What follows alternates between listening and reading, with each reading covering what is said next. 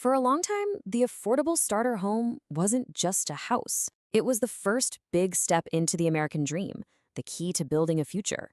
But today, for millions, that first step is just gone. It feels like the ladder's been pulled up. This is a report from Public Service Reports USA, and we're going to dig into the 70-year story of why. So let's start with a really simple question. Take a look at this house.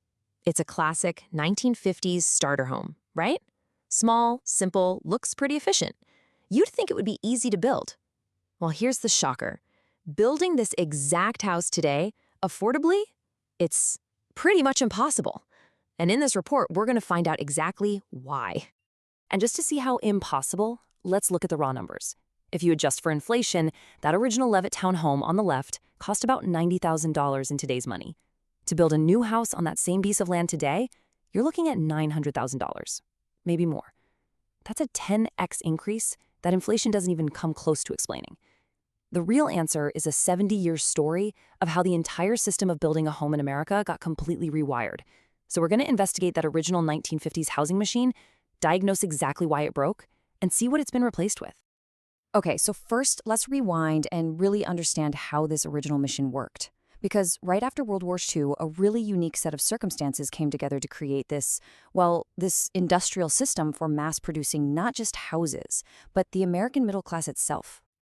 You know, the foundation of this whole housing boom wasn't actually concrete. It was federal policy. Before this period, buying a home was incredibly hard. I mean, you needed a 30, sometimes 50% down payment for a pretty short-term loan.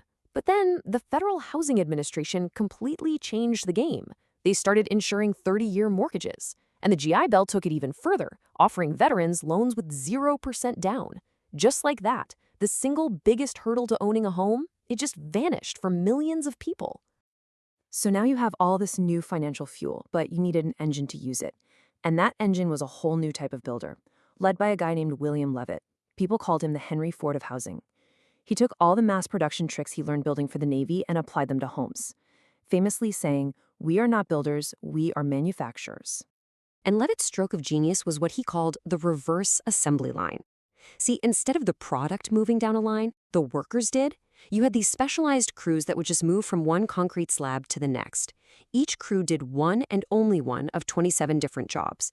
So you'd have one crew that only did framing. Another crew's entire job was just to bolt the washing machines to the floor. And all the materials would show up with military precision, right when they were needed. The result? I mean, it's just incredible. At their peak, they were churning out a new house every 16 minutes. And this chart, this right here, reveals the secret ingredient that made the whole machine work. Just look at that first row. Land. It was only about 10 to 15% of the home's final price. Think about it.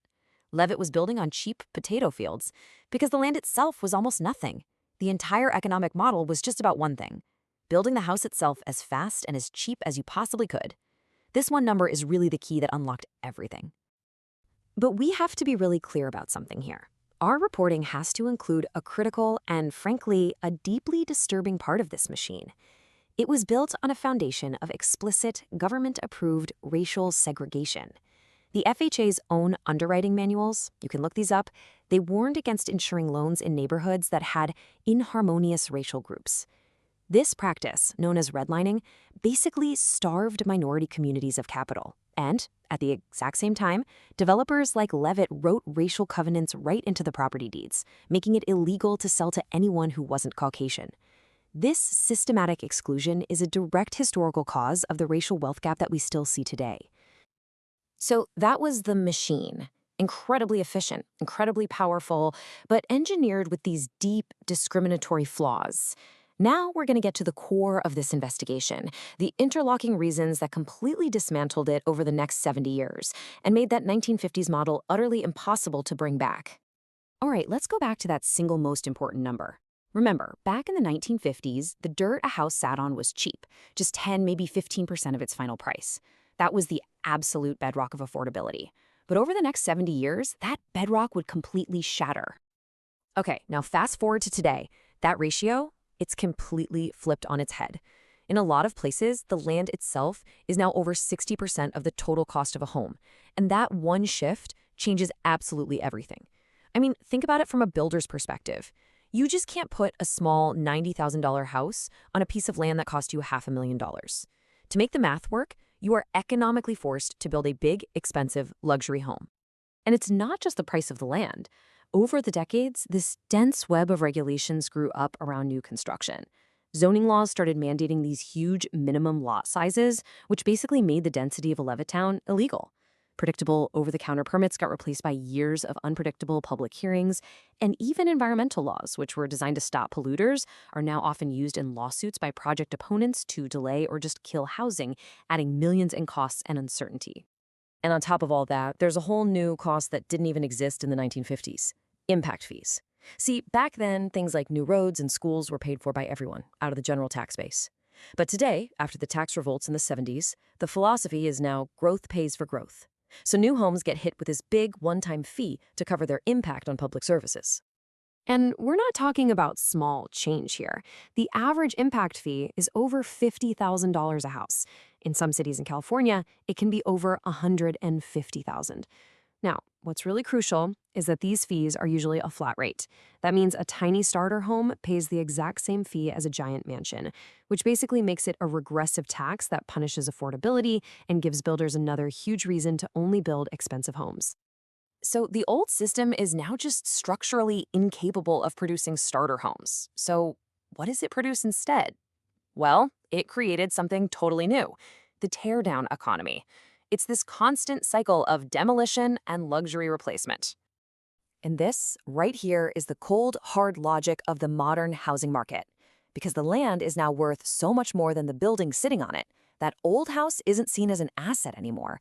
It's seen as an obstacle. It's just something in the way that has to be demolished to unlock the true financial value of the land underneath. And you can actually see this whole economy evolve just by looking at the architecture. Back in the 90s, we got the McMansion, right? Known for its crazy roof lines and just massive scale. By the 2010s, that got replaced by the modern farmhouse you see everywhere now. Builders loved it because it was simpler and cheaper to build. And as we head into the late 2020s, tastes are shifting again, this time to what people are calling a transitional style, sort of a blend of modern and traditional. But this teardown cycle has a huge hidden environmental cost. It all comes down to a concept called embodied carbon.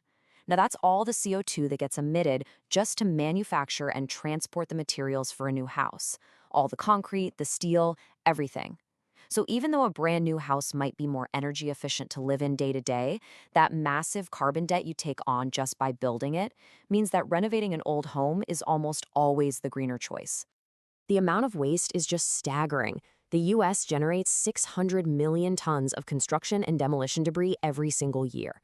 To put that in perspective, that's more than double all the garbage from all our homes combined, and over 90% of it comes directly from demolition. The teardown economy is literally filling our landfills. So where does all this leave us?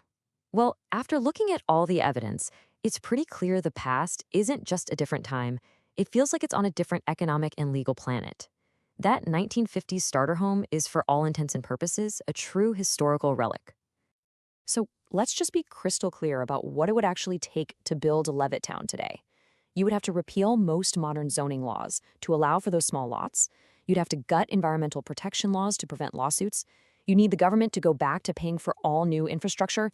And you'd have to lower building codes back to 1950s standards, which, by the way, would be illegal and incredibly unsafe. As you can see from this list, none of that is going to happen. And this leaves us with a really fundamental challenge. The starter home didn't just vanish by accident. We have systematically, piece by piece, regulated it and priced it completely out of existence. So if that old model is truly gone for good, it raises what might be the defining housing question of our time. What should we be building instead? For Public Service Reports USA, thanks for watching.